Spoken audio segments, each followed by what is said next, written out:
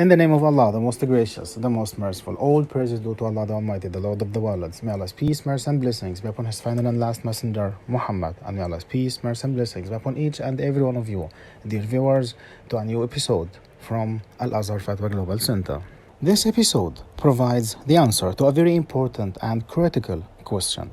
And the questioner mentions a number of points in her question. And the main points in the question are as follows.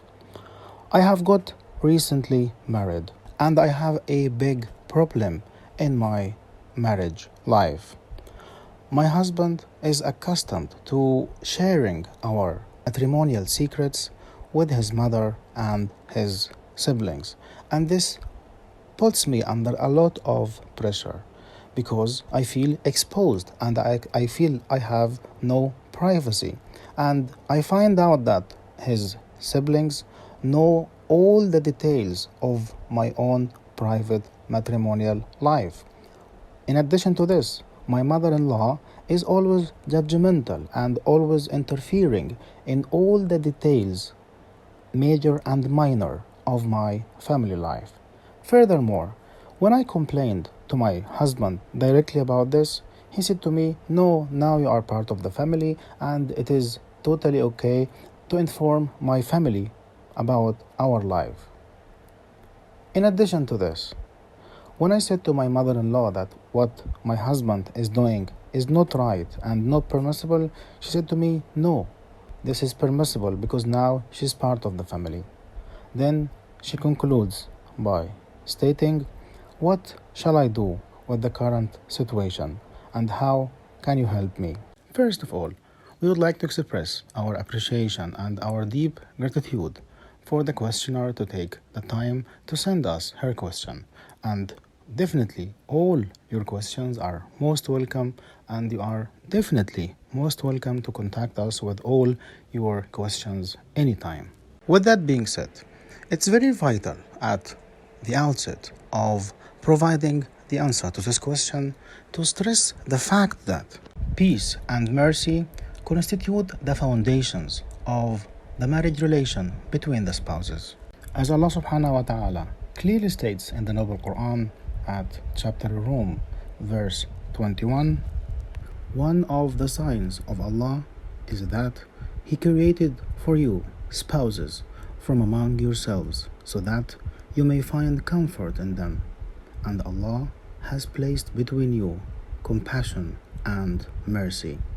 Surely in this are signs for people who reflect. With that in mind, it needs to be explicitly and clearly stated that Islam completely prohibits exposing or publicizing the details and the secrets of the intimate life and the private life between the spouses.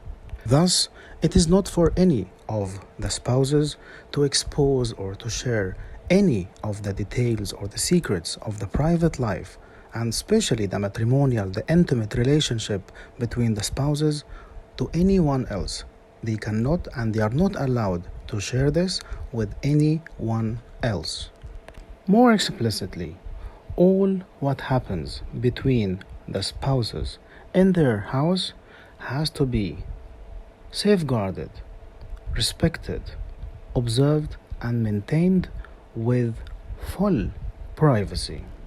In this regard, the companion Abu Sa'id al-Khudri, may Allah be pleased with him, reported, the Messenger of Allah sallallahu alaihi wasallam said, among the most evil and wicked of the people in the sight of Allah on the Day of Judgment will be the spouses who mate together and then publicize their secrets. Apart from this, it needs to be made clear that being part of the family does not give anyone the right to interfere or to be exposed to any of the secrets or any of the details of the personal and private lives of the spouses. Apart from this, there is only one exception where it becomes permissible to one of the spouses to share only what is necessary to be shared of the private life between the spouses when there is a necessity that requires this. For example, having a need to bring about a reconciliation between the spouses.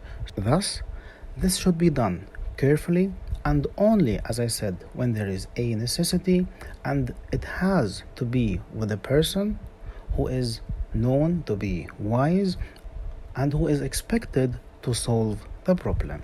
With that being said, we encourage the dear respected questioner to be patient with her husband and his family, and to encourage the husband to get in contact with us so that we can inform him more about this issue, or she can encourage him to go and speak with the local Imam. We ask Allah subhanahu wa ta'ala to grant you all happiness in this life and in the hereafter.